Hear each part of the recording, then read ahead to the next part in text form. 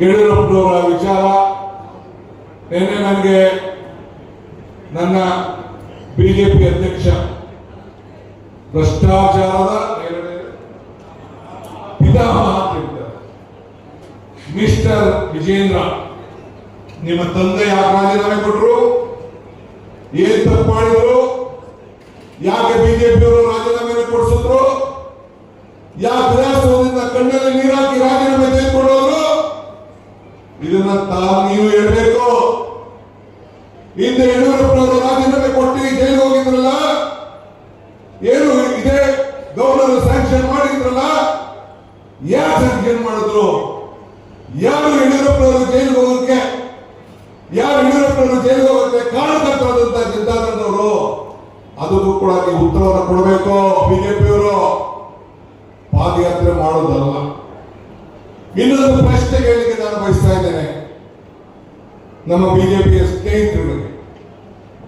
BJP election ಮುಂಚಿತವಾಗಿ ನಮ್ಮ election assembly ಮುಂಚಿತವಾಗಿ ಮಾಜಿ ಪ್ರಧಾನಿ ದೇವೇಗೌಡರ ಕುಟುಂಬದ ಭೂಕಬಳಿಗೆ ಪಕ್ಷಿ ನೋಟ ಅಂತ ಹೇಳಿ ನಮ್ಮ ಬಿಜೆಪಿಯ ಸ್ನೇಹಿತರು ಪ್ರಕಟಣೆ ಭಾರತೀಯ ಜನತಾ ಪಾರ್ಟಿ ಮೈಸೂರು ಘಟಕ ಇದೇ ಮೂಡಾದಲ್ಲಿ ಮಾಡಿರುವಂತಹ ಎಲ್ಲ ಸ್ಟೇಟ್ಗಳನ್ನ ಯಾರೇನು ಅರ್ಜಿ ಹಾಕಿದ್ದಾರೆ ಅಂತ ಕುಮಾರನ ಅರ್ಜಿ ಸಮೇತ ಪ್ರಿಂಟ್ ಮಾಡಿದ್ದಾರೆ. ಇದಕ್ಕೆ ಉತ್ತರ ಕೊಡ್ತೀರಾ ಯಡಿಯೂರಪ್ಪನವರೇ? ಅಶೋಕಣ್ಣ ಇದಕ್ಕೆ ಉತ್ತರ ಕೊಡ್ಬೇಕಲ್ಲಪ್ಪ, ಸಿಟಿ ಉತ್ತರ ಕೊಡ್ಬೇಕಲ್ಲಪ್ಪ ಇದಕ್ಕೆ.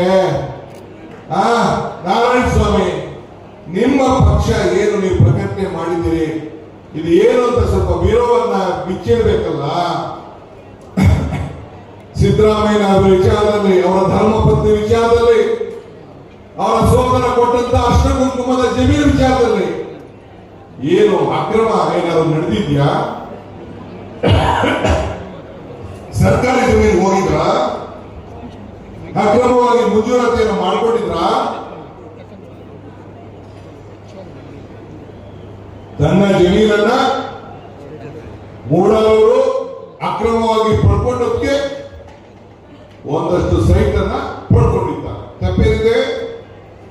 ನಮ್ಮ ಜಮೀನಿಗೆ ಆಸ್ತಿ ಹೋದ್ರೆ, ನಿಮ್ಮ ಆಸ್ತಿ ವಹಿಸಬೇಕು ಹೋದ್ರೆ ನಿಮ್ಗೆ ಪರಿಹಾರವನ್ನು ಕೊಟ್ಟಿದ್ದಾರೆ. ನಮ್ಮ ಗಣಪುರದಲ್ಲಿ ಜಮೀನು ಹೀಗೆ ಎಲ್ಲ ಒಡೆದಾಕ್ಬಿಟ್ಟು ಅವ್ರಿಗೆಲ್ಲ ಪರಿಹಾರ ಸೈಟ್ ಕೊಟ್ಟಿದ್ದೇವೆ, ಹಂಗೆ ಸೈಟ್ ಎಲ್ಲ ಕೊಟ್ಟಿದ್ದಾರೆ. ಎಷ್ಟು ಜಾಗ ಹೋಯ್ತು ಅಷ್ಟು ಕೊಟ್ಟಿದ್ದೇವೆ, ಕಾಂಕ್ರೀಟ್ ಕೊಟ್ಟಿದ್ದೇವೆ, ಕಾಂಕ್ರೀಟ್ ಕೊಟ್ಟಿದ್ದಾರೆ. ಏನವರು ಮಾಡಿರೋದ ತಪ್ಪು?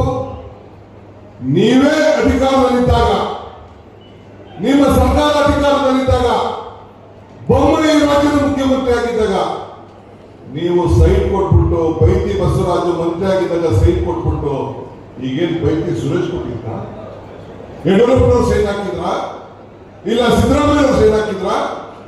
ಬೊಮ್ಮಾಯಿನವರ ಮುಖ್ಯಮಂತ್ರಿ ಇದ್ದಂತ ಸಂದರ್ಭದಲ್ಲಿ ಬೈತಿ ಬಸವರಾಜು ಯುಡಿ ಮಿನಿಸ್ಟರ್ ಆಗಿದ್ದ ಸಂದರ್ಭದಲ್ಲಿ, ಬಿಜೆಪಿ ಅವರು ಮೂಡ ಚೇರ್ಮನ್ ಆಗಿದ್ದ ಸಂದರ್ಭದಲ್ಲಿ ರೆಸಲ್ಯೂಷನ್ ಮಾಡಿ 50-50 ಕೊಡಬೇಕು ಅಂತ ತೀರ್ಮಾನ ಮಾಡಿ ಕೊಟ್ಟಿದ್ದಾರೆ. ಏನ್ ತಪ್ಪು ಮಾಡಿದ್ದಾರೆ? ಅದಕ್ಕೆ ಮುಂಚಿತವಾಗಿ ನಿಮ್ಮ ಹಗರಣದ ಬಗ್ಗೆ, ನೀವು ತೆಗೆದುಕೊಂಡಿರೋ ಬಗ್ಗೆ, ನಿಮ್ಮ ಭೂ ಕಬಳಿಕೆ ಬಗ್ಗೆ ಪಕ್ಷಿ ನೋಟ ಅಂತೇಳಿ ಬಿಜೆಪಿ ಅವರು ಏನು ಇವತ್ತು ಪ್ರಶ್ನೆ ಕೇಳಿದ್ದಾರೆ. ಅದಕ್ಕೆ ಈ ಪಾದಯಾತ್ರೆ ಸಂದರ್ಭದಲ್ಲಿ ಉತ್ತರವನ್ನು ಕೊಡಬೇಕು. ಕುಮಾರ ಹೇಳಿದ್ದಾರೆ ಇವತ್ತೆಲ್ಲ, ನಾನು ಡಿಕೆಗೆ ನಾಳೆ ಕೊಡ್ತೀನಿ ಉತ್ತರ ಅಂತ. ಬಹಳ ಸ್ವಾಗತದಿಂದ, ನಮ್ರತೆಯಿಂದ ನಾನು ಕಾಯ್ಕೊಂಡಿದ್ದೇನೆ. ಹೇಳ್ಬೇಕು ಫಸ್ಟ್ ನಿಂದ ಬಾಲಕೃಷ್ಣೇಗೌಡ ಹೇಳ್ಬೇಕು, ಎಷ್ಟಿತ್ತು ಅಧಿಕಾರಿಗೆ, ಎಷ್ಟಿದೆ, ಈಗ ಎಷ್ಟಾಗಿದೆ, ಒಂದೊಂದು ದಿನ ಒಬ್ಬರು ಹೇಳ್ಬೇಕು, ಒಂದೊಂದು ದಿನ ಒಬ್ಬರು ಹೇಳ್ಬೇಕು. ನೀವು ಎಷ್ಟು ಅಧಿಕಾರ ಇದ್ದಂತ ಸಂದರ್ಭದಲ್ಲಿ ಎಷ್ಟಿತ್ತು, ಈಗ ಎಷ್ಟು 106 ಎಕರೆಗಳ ಬೆಂಗಳೂರಿನಲ್ಲಿದೆ.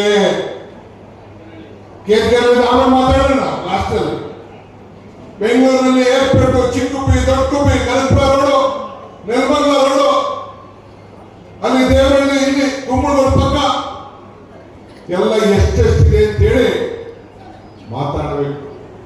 ಹೆಂಗ್ ಬಂತು, ಏನಾಯ್ತು, ಎಷ್ಟು ತೆಗೆದುಕೊಂಡ್ರು, ಮೂಲ ದಾಖಲೆ ಎಷ್ಟಿದೆ, ಎಷ್ಟು ಹೋಗಿದೆ, ಎಷ್ಟು ಕಳ್ಕೊಂಡಿದೆ ಅಂತ ಹೇಳ್ಬೇಕು. ನಾನು ಮೈನಿಂಗ್ ವಿಚಾರಕ್ಕೆ ನಾನು ಮಾತಾಡಕ್ ಹೋಗುದಿಲ್ಲ, ಲೋಕಾಯುಕ್ತ ಎನ್ಕ್ವೈರಿ ಬಗ್ಗೆ ನಾನು ಮಾತಾಡಕ್ ಹೋಗುದಿಲ್ಲ, ಗೌರವ ಹತ್ರ ಇರುವಂತ ಫೈಲ್ ಬಗ್ಗೆ ನಾನು ಮಾತಾಡಕ್ ಹೋಗುದಿಲ್ಲ, ಈ ಸದ್ಯಕ್ಕೆ ನಾನು ಮಾತಾಡಕ್ ಹೋಗುದಿಲ್ಲ. ಇಷ್ಟಕ್ಕೆ ನಾಳೆ ತಾವು ಉತ್ತರವನ್ನು ಕೊಡಿ.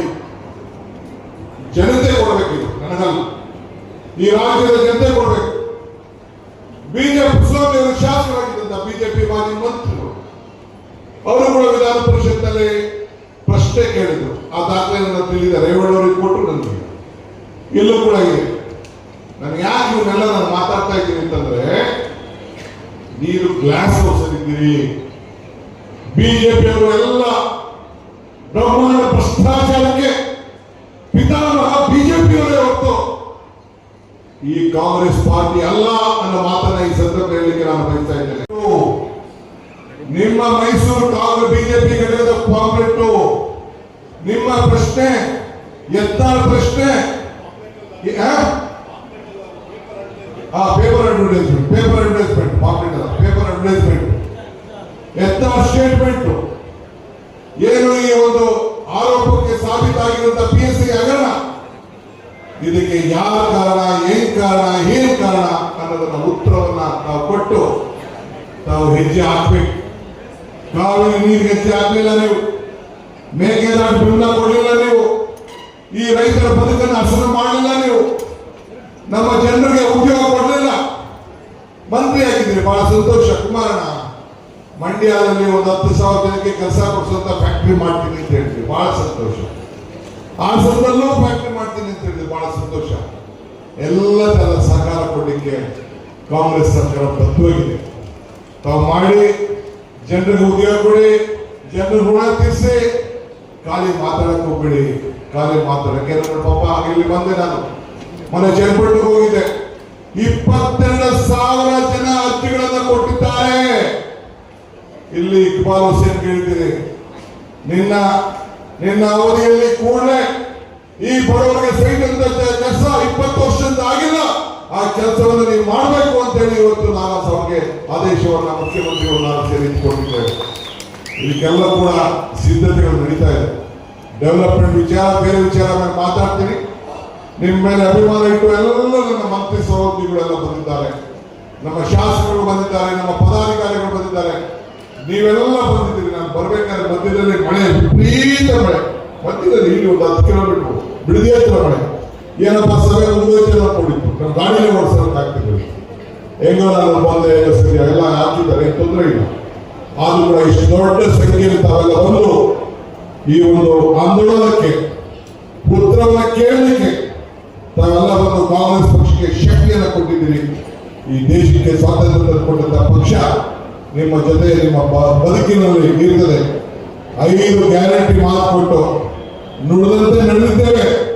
ನಿಮ್ಮ ಬದುಕಿನಲ್ಲಿ ಬದಲಾವಣೆಯನ್ನು ಮಾಡ್ತಾ ಇದ್ದೇವೆ. ಮನೆಗೆ ಜ್ಯೋತಿ ಹಚ್ಚಿಸ್ತಾ ಇದ್ದೇವೆ, ಹಕ್ಕಿ ಕೊಡ್ತಾ ಇದ್ದೇವೆ, ಅನ್ನದಾನವನ್ನು ಕೊಡ್ತಾ ಇದ್ದೇವೆ, ಅನ್ನ ಭಾಗ್ಯವನ್ನು ಕೊಡ್ತಾ ಇದ್ದೇವೆ, ಗೃಹಲಕ್ಷ್ಮಿ ಕೊಡ್ತಾ ಇದ್ದೇವೆ, ಶಕ್ತಿ ಯೋಜನೆಗಳೆಲ್ಲ ಫ್ರೀ ಹೆಣ್ಮಕ್ಕಳ ಓಡಾಡ್ತಾ ಇದ್ದಾರೆ.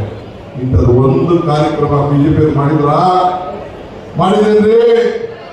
ಏನಾದ್ರು ಮಾಡಿದ್ರೆ ಒಂದು ಇರಲಿ, ನಿಮ್ಮ ಬದುಕು ನಮ್ಮ ಉಸಿರು. ಇಷ್ಟು ಮಾತ್ರ ಹೇಳಿ ನಾನು ಮಾತು ಮುಗಿಸ್ತೇನೆ.